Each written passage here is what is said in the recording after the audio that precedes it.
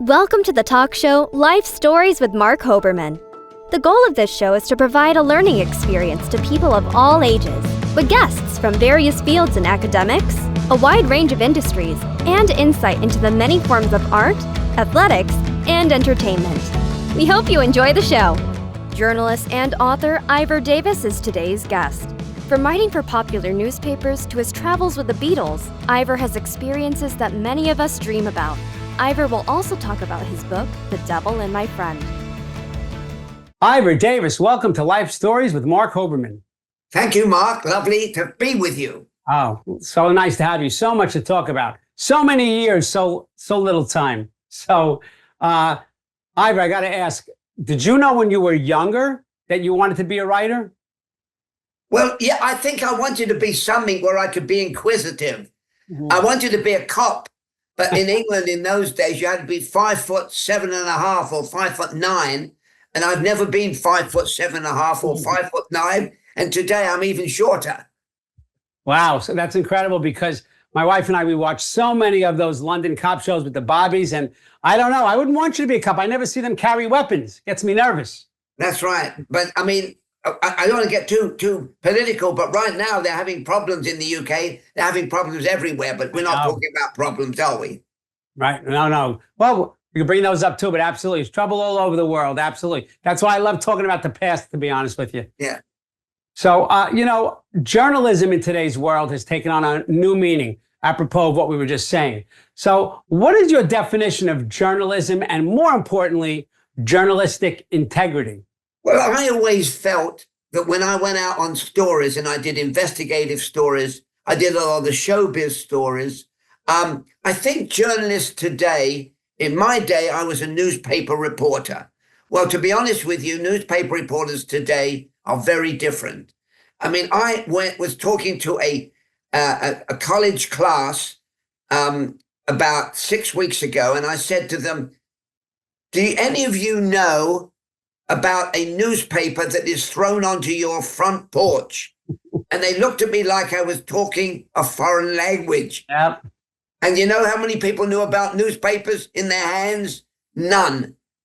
It's a different world. So today's journalism, I always tell people, journalists, when I speak to colleges and stuff, and I like to do that, I like to encourage people to get in the business. I always say, get into television. Get into something like that, because newspapers are almost defunct, sadly. Yeah, and also advertising, which pretty much makes a newspaper able to happen. Advertisers are now all online and everything, but one would think if 30 years ago we said, what if you can get your news like this instantly? We'd think it would be a good thing. But getting news so quickly now, with the lack of fact checking and people believing everything they read instantly and things changing, has made things very, very difficult. So how did you check your facts back in the day when you were a journalist? Well, in a way, we didn't. I mean, the correspondents were pretty accurate. I mean, and the thing is, when you were doing, I guess the same thing happened today, but in my day, as a foreign correspondent, I would jump on a plane, land wherever I could. If it was a foreign country, I'd try and pick up the local newspaper, find out what was going on. If I was going to a riot, or if I was going to a flood or volcano, or to interview Mick Jagger in Australia, it would be. I mean, it's such a different world. It's like it's like the Twilight Zone, if you like, and things ain't what they used to be, as Lionel Bart, that great English musician, wrote. So I haven't quite answered your question. Journalism in my time was exciting. My editor would call me in Los Angeles and he'd say, get on the plane. There's a plane leaving in 2 hours. Get up to San Francisco. The boys are arriving. I said, who the hell are the boys? The boys happened to be 1964, that group from Liverpool, and off I went. So it was very exciting. It was a great life. It still is a great life, but things have changed. Well, for sure. Before we get to the boys who are arriving, you wrote for the London Daily Express, the Times of London, the New York Times Syndicate, the Los Angeles Magazine. These span the entire globe. So what made you decide, or was it decided for you? Some people have their beat. Some people write locally. Some write a little wider. But come on, you were in different countries. So how did that come about? Well, it was very funny because, and that's a question I hadn't thought about, but let me tell you what happened to me. I lived in London in a fairly, I would say impoverished, but, we didn't have much. And I knew there was something else out there. And so one day I decided, I mean, crazy as this sounds, I took $100, which is all I had, and I came to America. I didn't know a single soul. I decided California was where it was at. I landed and I didn't know anybody. I mean, this is insane in today's world. I mean, nobody would do that. I did it.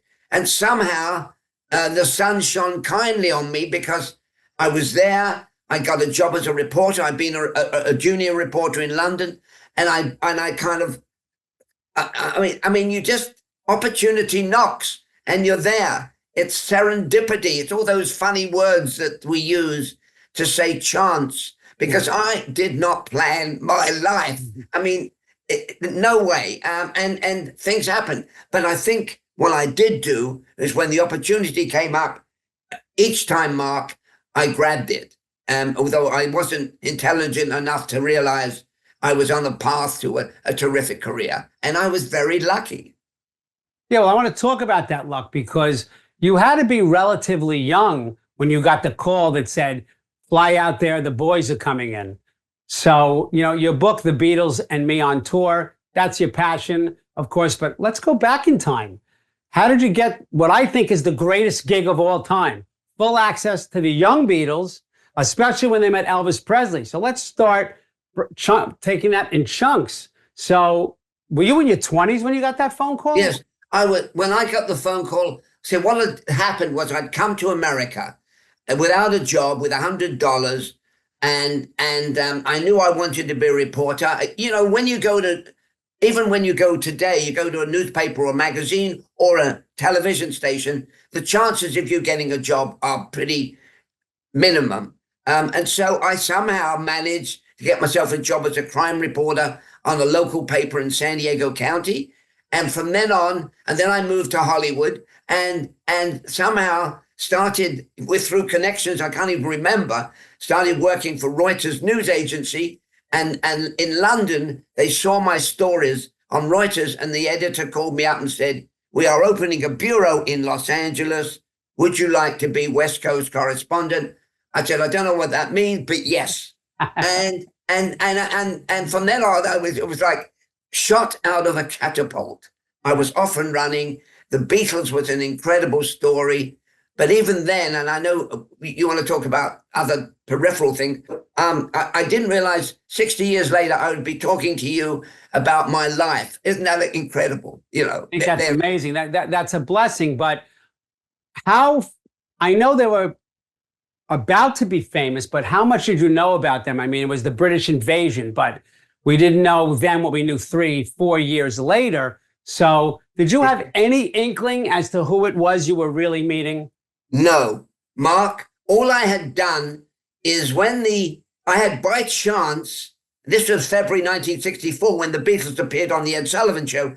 I tuned in, as 74 million other people did, and saw these mop-head kids singing on the Ed Sullivan Show, and I thought it was pretty good. Everybody was screaming. Mm-hmm. And then 6 months later, when they embarked on this American tour, I knew very little. And don't forget, the thing that we tend to forget, and you know this, Mark, is that communication was fairly, I won't say primitive, but if you wanted, it was a phone. There was no such thing as the internet. We didn't get, when I went out to see the Beatles, they had to send me a newspaper clippings from England, which came to Los Angeles like in 3 weeks. And it was on the job training with the Beatles and on the job training with many big stories. You jump into the deep end and you think, well, I can swim and this is great. And these guys are fun. And they got used to me because I was the same age as they were. And they knew I wasn't out to get them. So right. It was a great journey. And have you kept in touch through the years with any of them? And there's only, to surviving. But did you keep in touch with them over the years, the past 5 years, last year, anything like that? I've not been bosom buddies with them, but I did go to Paul McCartney's concert a couple of years ago, went backstage, we reminisced. I did go to Ringo's birthday party last year in July, and we said hello. We talked about the old days, but and that's it. And I did see John Lennon after he came to America, when he went on his Lost Weekend in America with May Pang. So, and Ringo, I saw Ringo was doing a television series for PBS, and we got together again and we talked about the old days and we talked about his new career. So I wouldn't say, I mean, I wouldn't pick up the phone and call Paul or any of them, but we kept in touch over the years. Right. How special that is. I have to ask you, so it's not enough that you're in the room with the Beatles. Weren't you with them when they went to first meet the king, Elvis Presley? That was an amazing situation. And I'll tell it to you very briefly, Mark. They wanted to meet Elvis in 1964. Elvis was too busy. He was making 3 movies a year. The Beatles were traveling around the country, and it never happened in 64. But in 65, it did. And I got a call from Mal Evans, who was their road manager. And he said, we're going to see Elvis because they wanted to meet Elvis. Get over here right away. I raced over to the house. I was in limo to number 2. Limo number 1 took the Beatles, and off we went to see Elvis at his house. And I must just add one thing. It was an incredible, to be the fly on the wall. Right. No tape recorders, no notebooks, no cameras. Can you believe? Because Brian Epstein didn't want to capitalize on it, which is strange. Anyway, but the interesting thing, and as years go by, the sun suddenly gets brighter. And the Beatles now say, wow, what an experience that was, meeting Elvis. It was terrible. It was not a very terrific get-together. Elvis was jealous of the Beatles. He was jealous that they knocked him off the hit parade, and they were making music, and they'd been live at, I think, Shea Stadium like 3 days before, and Elvis had not been live. Elvis was stuck in the rut of 3 cookie-cutter movies a year, and he was very unhappy. And it was an uncomfortable gathering, I can tell you that. This is what I saw. And then years later, Paul said, oh, it was a fantastic experience. And George said, oh, yeah, we love meeting Elvis. Bull. It was very uncomfortable. Believe me, I was there. I saw it. But, you know, as the years go by, what are you going to say? I had a meeting with Elvis and it was a crap meeting? No. You're not going to say that. No, anyway. Again, the behind the scenes action right here. I love it. I love it. Yeah. So you talk about how wonderful your life has been and how it still is. So as if traveling with the Beatles and writing for those newspapers as you have over the years, and now you find success also as a writer, as a fiction writer. Not only do you write nonfiction, but fiction, which to me is so amazing. I was an English teacher for over 30 years, and there's such a shortage of good, powerful nonfiction, I think. By the way, if you're an English teacher, you could have been a candidate for Kamala's guy. But anyway, that's another I know. I'm so happy when I heard him speak. I said, finally, one of us is terrific. Yes, terrific. I love it. Yeah. So, you know, on my show, Ivor, we often talk about the story behind the glory. I mean, what could be better glitz and glamour and lights than Elvis and the Beatles? But I know, you know, you were a journalist, the correspondent. I know you've written different books, but what struggles did you have to overcome to find success as a writer, both in journalism and now later on when you're writing these novels now? Yeah, well, it's very difficult. Look, I mean, I'm sure you know this. You can write the greatest book on the face of the earth, and if you don't get out there and market, nobody's going to see it. And that's one of the sad elements. But, you know, if you give me 1 second, yesterday, Michael Caine, who was an old mate of mine, also grew up in the East End of London. And, you know, I knew him very well when he was in Hollywood. He's now not in his 90s. And I saw this quote and I wrote it down. And can I read it to you? Please. Michael Caine, in his 90s, is coming out with another book. Now, Michael Caine doesn't need the dollars or the pounds, but, you know, he's a great storyteller, a terrific Oscar-winning actor. And he said this. He said, over a long life, I've learned a lot and had the opportunity to reflect. I've seen new generations grow up, among them my own grandchildren, facing the world with all its challenges and problems. I hope they'll find my book, which he's writing, to be optimistic and shows that anyone can blow the bloody doors off. I mean, I love that. That's a Cockney way of doing it. But I guess, you know, I saw that and I thought, you know, Michael, that's in a way the way I feel.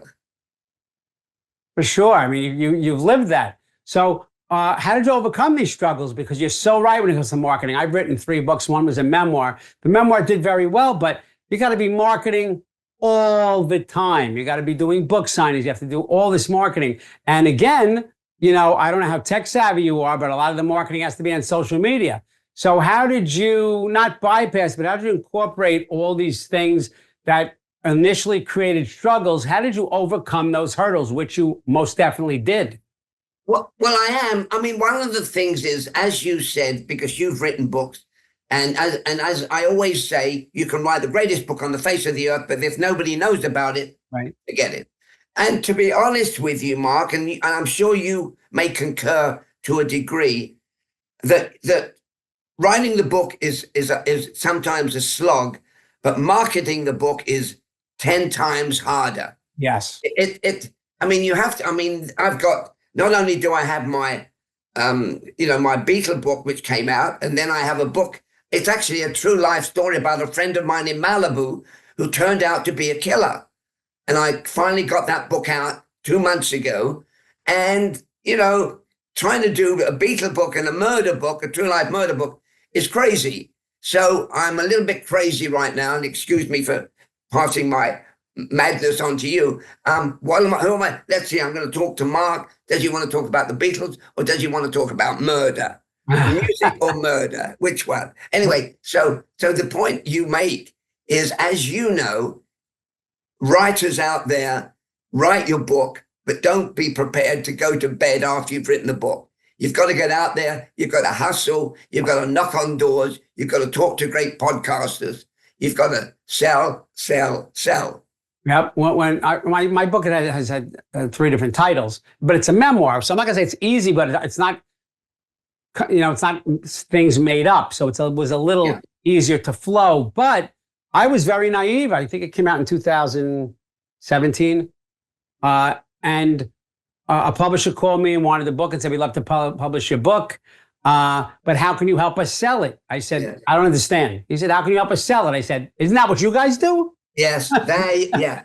Well, I mean, that is so, it's almost like a mirror image of what I went through. Because in the old days, when you signed with a publisher, they did all the heavy lifting. They put you on book tours. They set up interviews. Now it doesn't exist anymore unless you happen to be Prince Harry and Meghan. Right. And they got, you know, $2 million advance, and the publishing company says, "We've got to sell this book." Right. When you're a hardworking author, you have to carry your own bags. Absolutely. And you mentioned something, and what I love about my show is I try to get a lot of information, and the Beatles thing was phenomenal, and you handled that so well and answered such great questions. But now we're on to the next thing, which is The Devil and My Friend. And that's your novel. And well, it's actually not a novel, it's a true story. That's right, it's a true story. And I read it. One of the reviews was like, don't start this late at night because you won't go to sleep. You can't put it down. So I know, and I've heard from your publicist team, that you're writing from a real life situation here. So The Devil and My Friend, people will be like, "Oh, what a great work of fiction that is. I can't wait to read it." But it's not fiction. Yeah. It's nonfiction. So what made you decide to say, "I've got to tell this story"? Well, because I originally wrote the book with my late wife, Sally, 40 years ago. And the convicted murderer called my publisher up. He had lawyers call my publisher up. I don't want to get too complicated here. He said, we will sue you if you bring this book out. And here was a convicted murderer serving life without parole. Right. Now, my publisher at the time, a big publisher, was scared because another big publisher, there was a guy called Joe McGinnis who wrote a book called Fatal Vision. And he wrote the book about Captain Jeffrey MacDonald, who was convicted of murdering his wife and child. And MacDonald in prison hired McGinnis to write his book, trying to exonerate him. Well, of course, he didn't. And so he sued McGinnis. It went to trial in LA federal court for, I would say, 6 months. It was a hung jury. It cost the publisher $800,000 to defend it. And all the other publishers got scared. And my publisher then called up and said, do you have E&O insurance? Now, first of all, I didn't know what E&O insurance was. And for those who still don't know, and I'm sure there are many out there, it's called errors and omissions. But as a young writer, who ever thought to buy an insurance policy on a book? Right. I mean, am I still naive to say that to Mark? No, I didn't know what it was when you said it either. There you go. So anyway, so they dropped the book, but it's been under my skin for 40 years. And finally, I got a publisher, and I won't mention who they are. I got great reviews. And what did the publisher do to help me sell the book? Virtually nothing. Yeah, people don't know it. What?